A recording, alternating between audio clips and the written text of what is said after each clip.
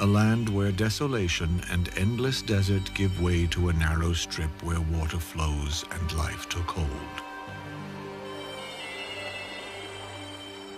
From these beginnings sprang the wonders of a flourishing Egyptian civilization that would last for more than 3,000 years. By the year 1386 BC, the Egyptian civilization was 2,000 years old and had been ruled by 86 pharaohs. It was in this year that a young and vigorous king by the name of Amenhotep III emerged to become ruler. By the reign of the pharaoh Amenhotep III, the Egyptian empire was very well established. There was a tremendous inflow of income, especially for the royal house, and Egypt itself was very stable and prosperous. And so with Amenhotep III, you get the appearance of a really grandiose kind of material culture in Egypt, with huge temples, huge royal figures.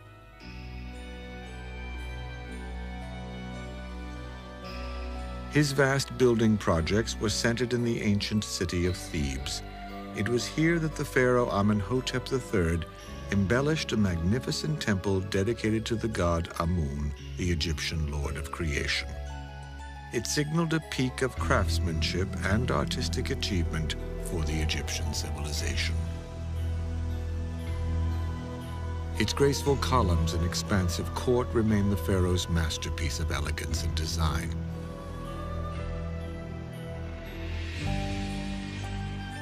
On the west bank of the Nile River stand two imposing statues of Amenhotep III, known as the Colossi of Memnon. The 60-foot-high monuments are all that is left of the pharaoh's mortuary temple that once stood here. Standing beside him, dwarfed by his stature, is the image of Queen Ti, who was his wife and the mother of his son. From trading expeditions abroad and an abundant supply of gold from the mines of Nubia, Egypt under Amenhotep III enjoyed a time of wealth and great prosperity. The Egyptians have the leisure to start getting involved in a lot of theological speculation, which leads to what the Egyptians considered a disaster. The disaster came in 1353 BC and took the form of a strangely shaped man who some believe was a heretic.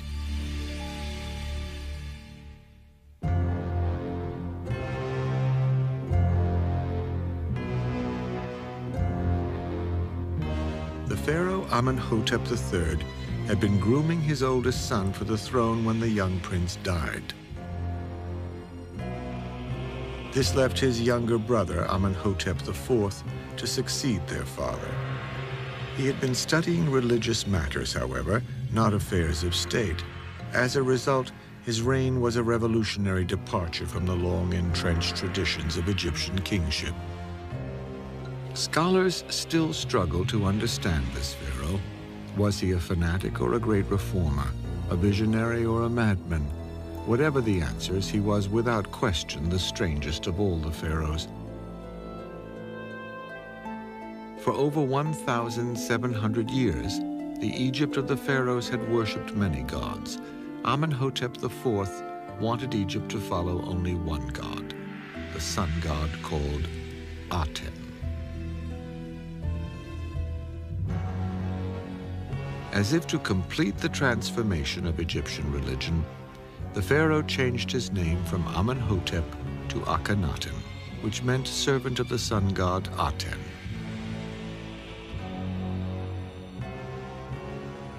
It was the first time in history that mankind worshipped a single god.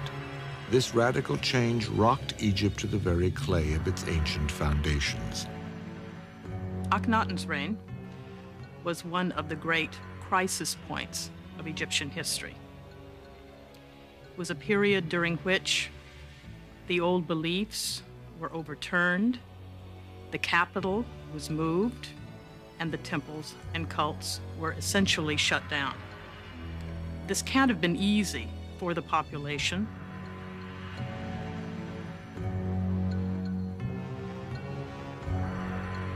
The massive temple complex of Karnak at the ancient capital of Thebes remains the largest religious site in the world.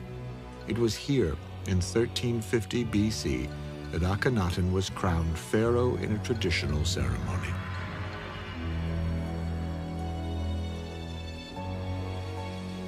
But then tradition ended, great changes were on the horizon.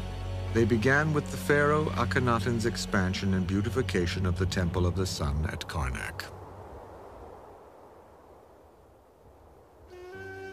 Most notably, he added a new symbol to the temple.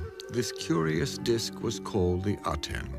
It was designed to symbolize his new god of the sun. In year 5 of his rule, Akhenaten proclaimed the Aten Egypt's one and only god. Akhenaten has occasionally been called history's first monotheist, in that he did away, or at least no longer funded, the worship of all the other gods in favor of only one, the Aten, or the physical disk of the sun. His choice for queen was also unconventional. Her name was Nefertiti.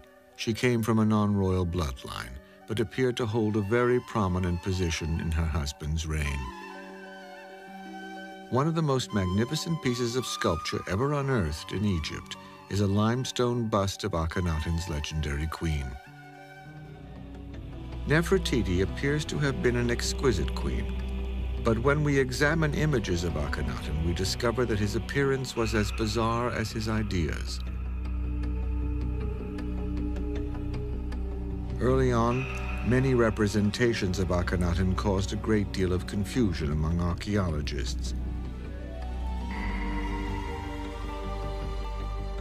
Because he was often portrayed with wide hips, a protruding belly, and breasts, he was sometimes mistaken for a woman who may have been masquerading as a man.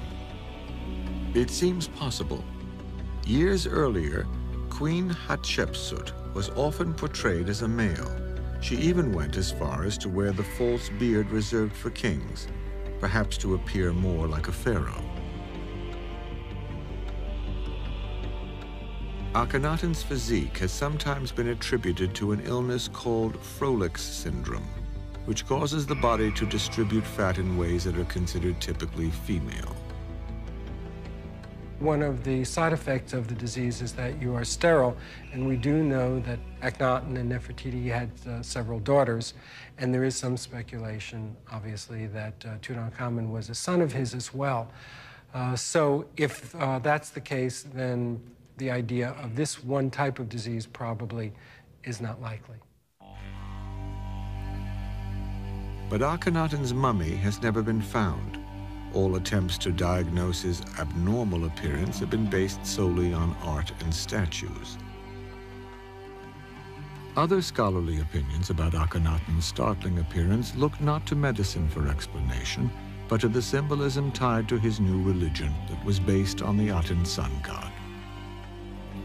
Akhenaten's new religion was a radical departure for Egypt, but so strong was his conviction that he was willing to defy and eliminate the powerful religious institutions which represented the beliefs of virtually the entire population. He shut down the temples of the god Amun and declared Thebes would no longer be the foremost city of Egypt. A new capital city dedicated solely to his religion would be built.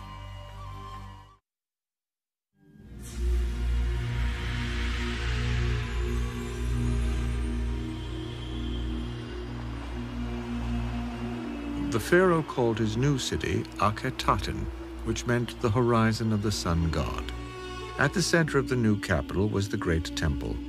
It was there that the pharaoh Akhenaten cultivated his new religion, devoted to the adoration of the sun god he called Aten. Before Akhenaten's religious reformation, ordinary people worshipped outside the temples, while the king, priests, and the elite of society performed their rites inside mysterious secret chambers. Akhenaten changed all that. He wanted the people to worship along with their pharaoh, out in the open under the sun's life-giving rays. It is believed that 3 ceremonies a day were held at the great Aten temple, The first was at dawn, as the sun rose over the cliffs east of the city. A second ceremony was held at noon, when the sun was directly overhead. Then, at sunset, the devoted would recite a hymn to the sun, which Akhenaten himself had composed. It is not known how successful Akhenaten was in converting his subjects to belief in the Aten. It is possible his new religion was simply a ploy to strengthen his image as a pharaoh. By eliminating other gods, Akhenaten knew he would appear more like a god himself. The king was removing the intermediaries, the clutter of all the intermediate priests, the very bulky and cumbersome pantheon with hundreds of different deities and so forth, with a simpler form of the religion. But it was mainly involved with the idea of the king creating a more direct support for the idea of him as a living divinity here on the earth. Akhenaten did not conduct this worship alone. There is evidence that his queen Nefertiti led the sunset ceremony each day. Nefertiti was a very important woman. We're not quite sure whether it was Akhenaten who granted her some of the importance that she had, or whether she just decided to take it. There are some scholars who felt all along that Nefertiti was behind the religious revolution even more than her husband. Another powerful woman of this era was Akhenaten's mother. Her name was Queen Ti. She had migrated with her son to his new city to act as his regent. Because Akhenaten was absorbed with matters of religion, it appears Queen Ti may have been responsible for affairs of state. If so, there remains a puzzling archive of clay tablets that were sent to the pharaoh Akhenaten. They came from outposts of the Egyptian Empire in Syria. The tablets reported that the outposts were under attack and failing. These writings, known as the Amarna letters, pleaded for supplies to be sent and promised continued loyalty in exchange. It is likely earlier pharaohs would have responded with soldiers and strategy. In this case, however, it seems Queen Ti may have been the one who ignored these pleas for help. Art from this period also underwent a radical change. Everywhere the pharaoh's image appeared, he was shown to be under the protection of the sun's rays. While previous pharaohs were depicted as being physically perfect, Akhenaten instructed the royal artisans to picture him more realistically. Instead of looking like a warrior, his statues portrayed him as feminine. And he was seen being tender with his children or in poses with Nefertiti that would have seemed far too intimate just a few years before. Akhenaten and Nefertiti ruled together for 12 years, and then, curiously, there is no record of the queen after that. The disappearance of Nefertiti is one of the great mysteries of Akhenaten's reign. After being such an integral part of her husband's kingship, almost a co-regent, suddenly there are no more mentions or depictions of her to be found.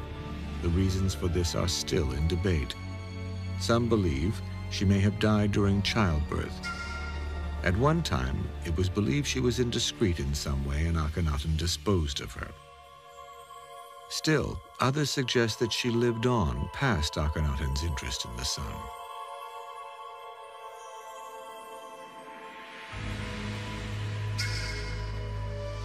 Nefertiti could have, in fact, been the more devout of the two and cloistered herself away to remain loyal to the cult of the Aten.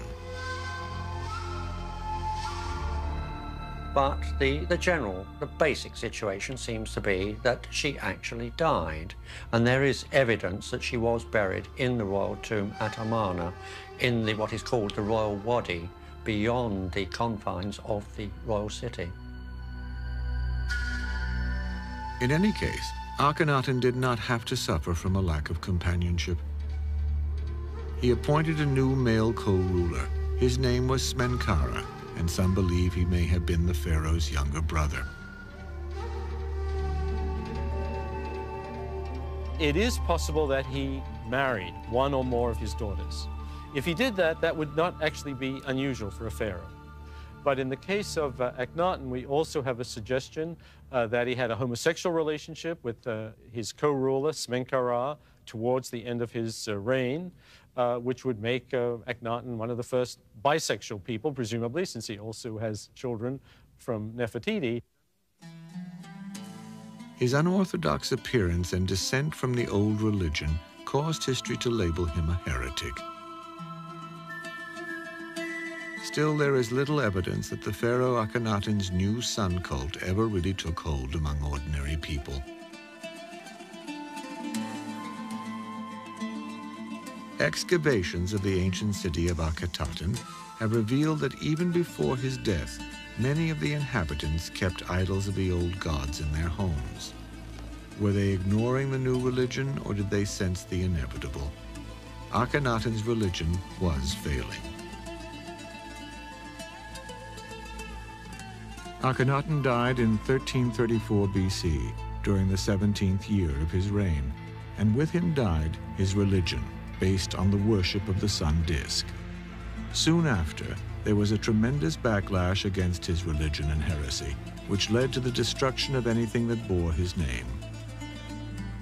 It is believed, however, that in order to protect his remains, Akhenaten's followers removed his body from its tomb at Amarna.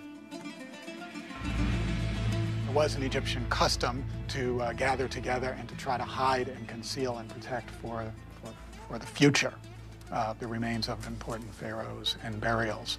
And I think there's a strong possibility that that's what did happen, and it remains to be discovered for archaeologists in the future. With the heretic Akhenaten dead, Egypt prayed for a strong pharaoh to restore its faith and reassure its people. Instead, this burden fell upon a boy just 10 years old.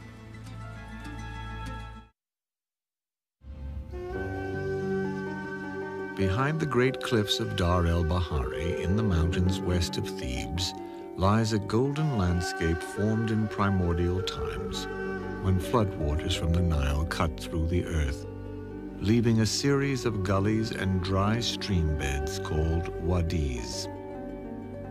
It is within these canyons, in a place known as the Valley of the Kings, that the Egyptians of the New Kingdom buried their departed pharaohs.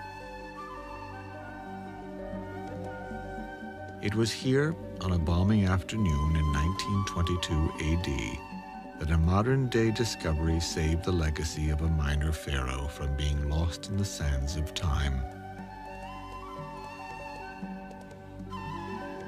From evidence recovered, it was learned that this king, named Tutankhamun, was the son of the heretic pharaoh Akhenaten. This may explain why so little was known of Tutankhamun before this finding. When the Egyptians tried to erase the memory of Akhenaten, they may have also tried to erase the memory of his son. The list of kings inscribed on the walls at Abydos curiously omits Tutankhamun's name along with Akhenaten's. This has led scholars to ponder the question, who was the pharaoh Tutankhamun?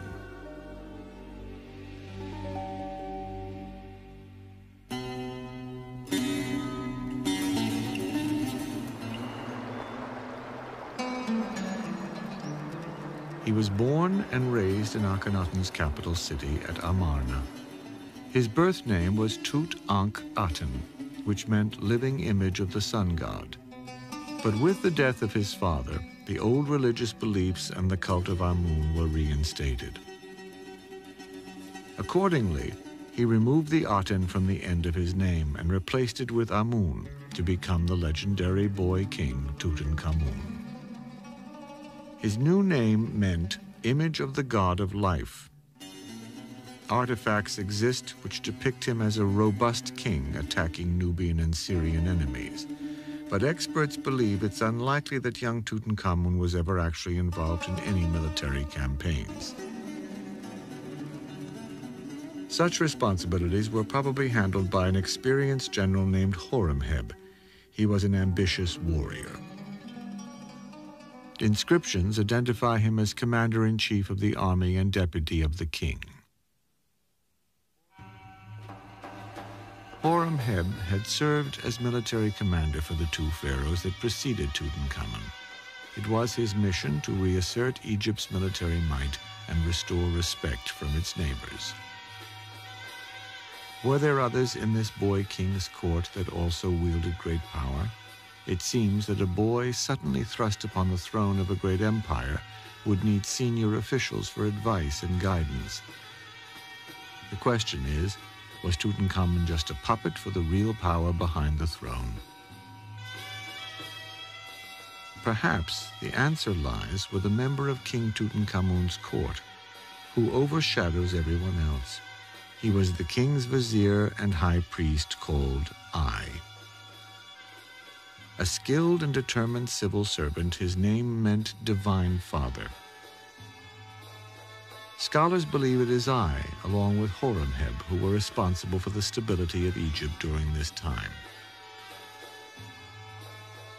Horemheb and Ai between them are adherents to the ancient god Amun. It is they principally who discard this new religion of the Aten, and the court and the religious focus is moved back to ancient Thebes, modern Luxor. Although, of course, naturally, all the inscriptions extol the virtues of Tutankhamun, but of course, it's the bureaucrats, the civil servants, the general Horemheb, the high priest Ai, who are essentially running the country, rubber stamping everything. To what extent any pharaoh was involved in the day-to-day business of foreign and domestic affairs still puzzles experts. Egypt had a fully developed bureaucracy of administrators and scribes. The pharaoh was a figurehead, both royal and religious.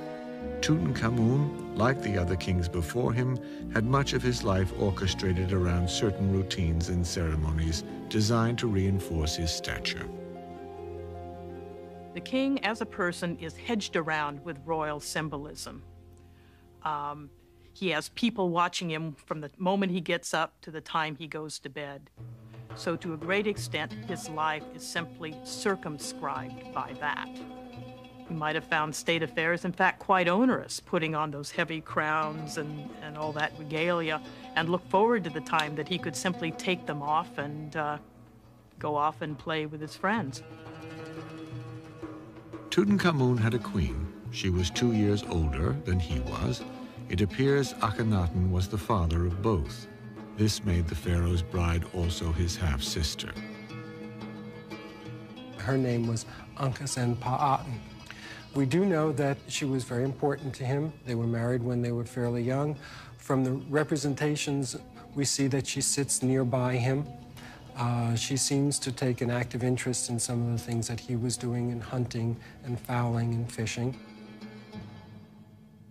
With the old religion of many gods now reinstated, the reign of King Tutankhamun seemed destined to be a period of rebirth and renewal for Egypt. But then, at about the age of 20, the young pharaoh suddenly died. Some believe he was murdered. Forensic analysis of his mummy shows that he died of damage to his cranial cavity. This suggests a blow to the head. Further examination reveals a small hole in his skull. Scholars have constructed theories as to how it got there. One is that he was thrown from his chariot, but that seems highly unlikely because of the nature of the damage to the skull. Others that someone crept upon him in the night and thrust a small pointed object into the brain and therefore did away with him in a silent and stealthy manner, and still others that he might have died of a cerebral hemorrhage. Was there a conspiracy to murder the pharaoh? Some believe the damage to Tutankhamun's skull didn't occur until after he was dead. It is known for a fact that embalmers were not very careful. And there have been evidences of spare legs that are in coffins, and in some cases, in order to make sure that an individual fit into the coffin, then the toes were cut off. In Tutankhamun's case, it's also clear that the embalmers were not very careful. So my guess is that the damage that was done to the skull was probably the embalmer's fault and not a cause of death. The short reign and sudden death of the young king did not allow enough time to finish a proper royal tomb. This is probably the reason that his burial site ended up hidden from plunderers through the ages. The entrance had been obscured by rock chips dumped during the cutting of a later king's tomb.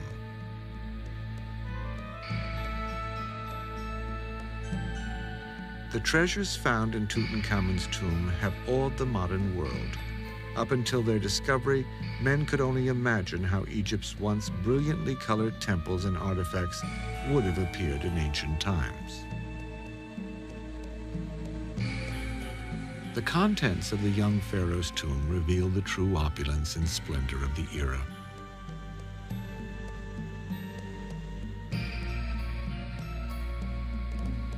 But were the riches chosen to accompany this relatively minor ruler into eternity only a hint of what had been buried in the tombs of the truly great pharaohs? Some historians have suggested that we should not assume the larger tombs were filled with even more treasure. The pharaoh Tutankhamun's burial may have been richer than most. The people may have been grateful to him for the restoration of the old religion, or there might have been an emotional outpouring for someone that died so young.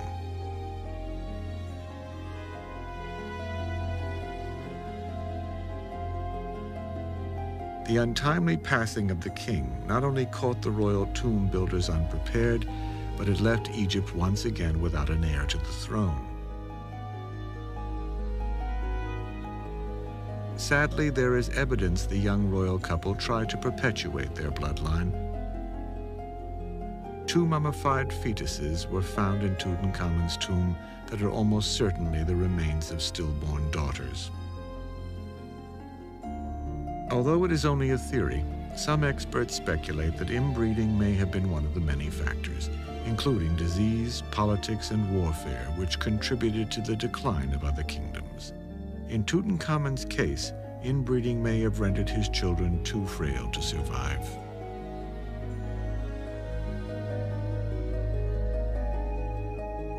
With no heir in line to inherit the kingship, the throne was passed to Ai, Tutankhamun's closest advisor or vizier. Records show that right after he died, Ai prepared to marry Tutankhamun's young widow to help justify his assumption of the throne. There is evidence that she suspected Ai was responsible for her husband's death and tried to avoid this marriage. Desperate, the widow Ankhesenamun sought help from outside of Egypt. She turned to a land in the east controlled by the Hittites and wrote to their king.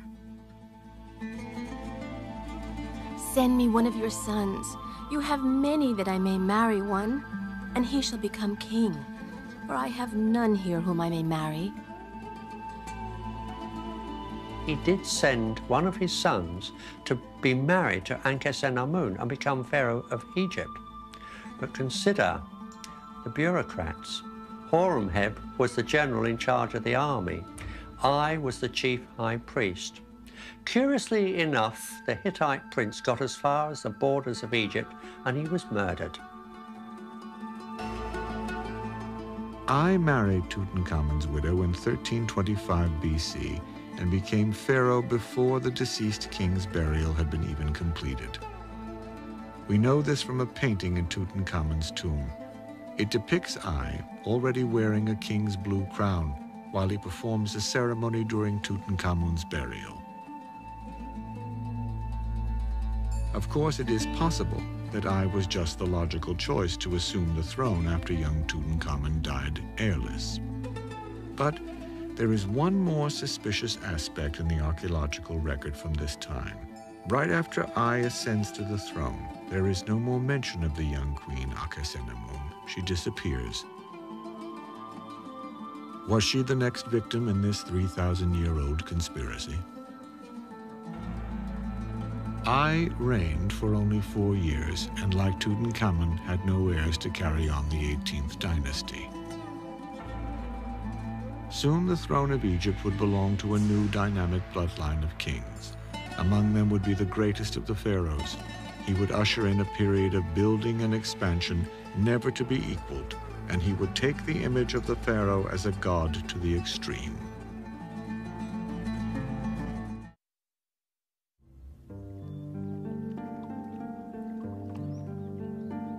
The city of ancient Thebes.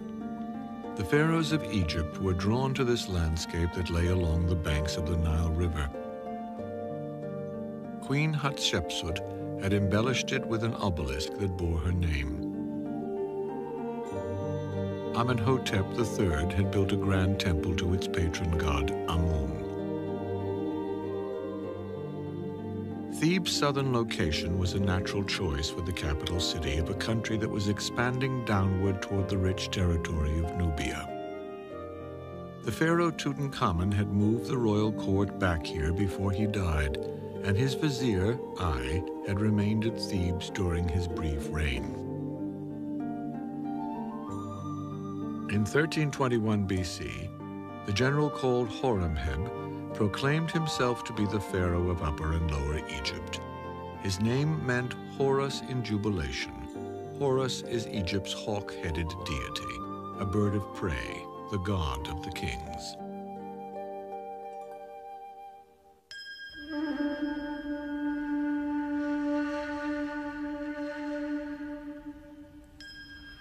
Horemheb came to the throne after a long and distinguished military career, which began 4 administrations earlier, when Amenhotep III was king.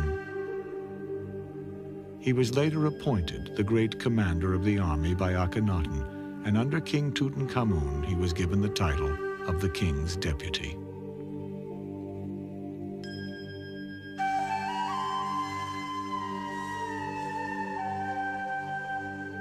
Little is known about Horemheb's heritage. He was not from a royal bloodline and therefore had no claim to the throne.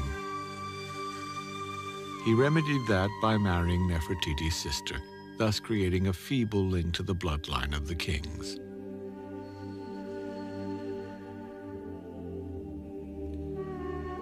Already middle-aged, Horemheb immediately set out to restore Egypt to its status prior to Akhenaten's heresy.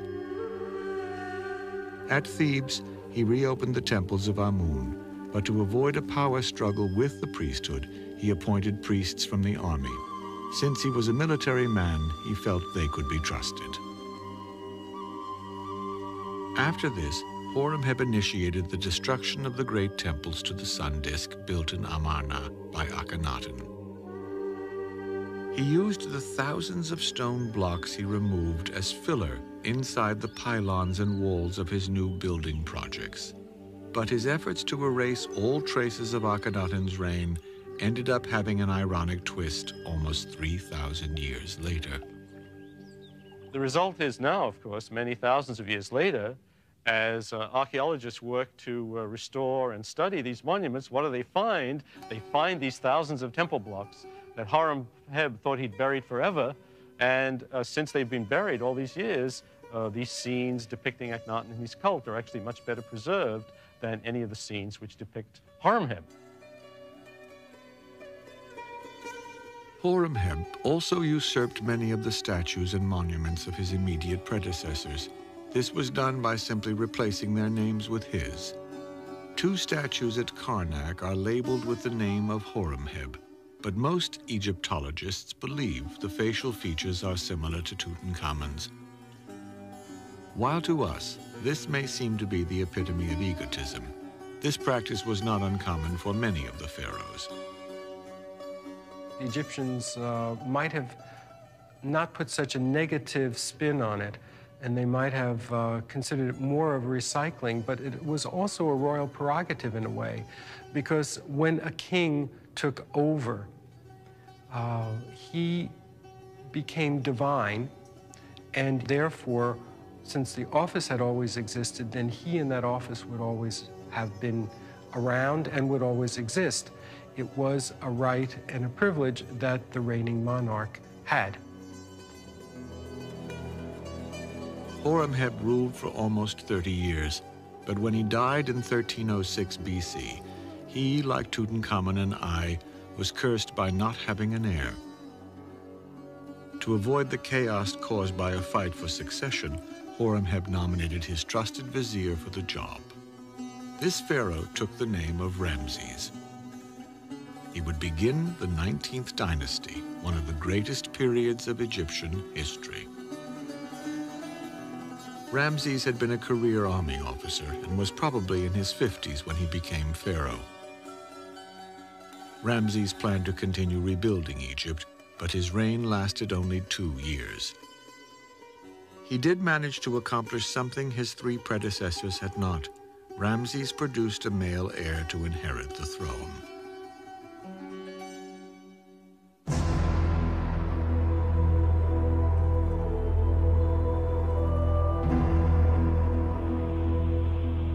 Ramses' son was Seti I. He had been the vizier and troop commander during his father's brief reign.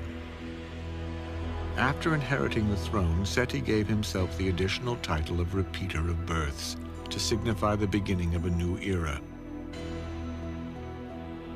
During his time as pharaoh, Egyptian art and culture flourished. Tremendous building projects were also undertaken. At Karnak, Seti enhanced the building of the great hypostyle hall here in the Temple of Amun. He also began to repair and augment the religious sites at Abydos. These efforts helped him to legitimize his non-royal bloodline's claim to the throne.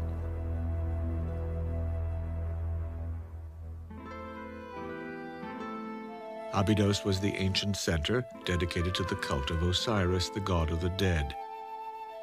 It was originally built in the Old Kingdom and had since fallen into disrepair. The temple Seti I built for himself at Abydos is considered one of the masterworks of the era. Inside, his likeness is depicted alongside many of the gods of Egypt. It is believed that the gods actually dwelled within the temples which were dedicated to them. The wall reliefs here are considered some of Egypt's finest. They were carved with great precision and in the more difficult raised technique instead of the more common and quicker inscribed carvings. Seti was also the pharaoh who had the list of kings inscribed in his temple at Abydos. It not only honored those who came before him, but also elevated Seti into their ranks. The name Seti means he of the god Seth. Seth was the deity of storms and war. Seti lived up to his name on the battlefield. He has grown up with the army. There's a totally different attitude to life and certainly to royalty and the higher echelons. He fights incredible campaigns year after year against the Syrians. Amongst his great foundations was, in fact, the temple at Karnak. And on the north wall, you find these incredibly long and huge reliefs of Seti attacking fortresses, destroying the enemies of Egypt. He's a mighty warrior. In 1278 BC, Seti I died after reigning for an extremely productive 13 years. He was originally buried in a tomb prepared for him in the Valley of the Kings. But to protect Seti's remains from grave robbers, his mummy was later removed and taken to a hiding place, dug high into the cliffs above Queen Hatshepsut's temple at Dar el-Bahari. Slightly over 100 years ago, in 1881, archaeologists unearthed this tomb. It revealed a remarkable collection of over 160 mummies known as the royal cache. Seti I was among the pharaohs discovered. His is the finest example of all the existing royal mummies. During his lifetime, Seti's primary queen was a woman named Tuya. Like her husband, she was from a non-royal family with a military background. Their first son died. Their second child was a daughter, but their third child was a boy destined to become Egypt's most celebrated ruler.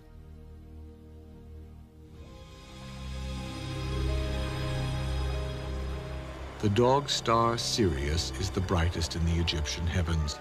Each year, it disappears around the beginning of May to reappear about the 18th of July.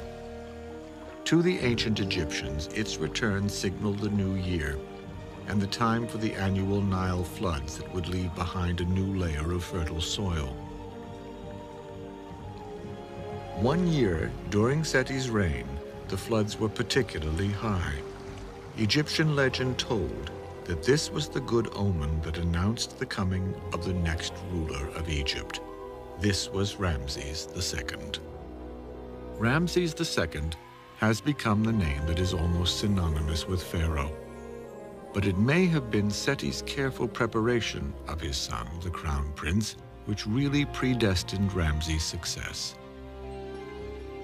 Ramses II was probably one of the best prepared pharaohs in Egypt, because by the time that he came to the throne, they really had a fairly regular process of making sure that all the senior royal princes had a lot of experience in military affairs, in governance. So when they came to the throne, they were already experienced and effective in what a pharaoh needed to be. By the age of 15, Ramses was already accompanying his father on military campaigns. By 22, he led his first command to put down a small revolt in Nubia.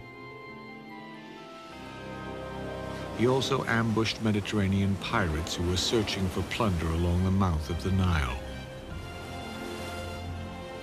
By the time Seti I's reign was coming to an end, his son had already proven himself as a military leader and worthy of kingship. Possessed with unmatched vision and self-confidence, the future king was poised to leave his indelible mark on the history of Egypt.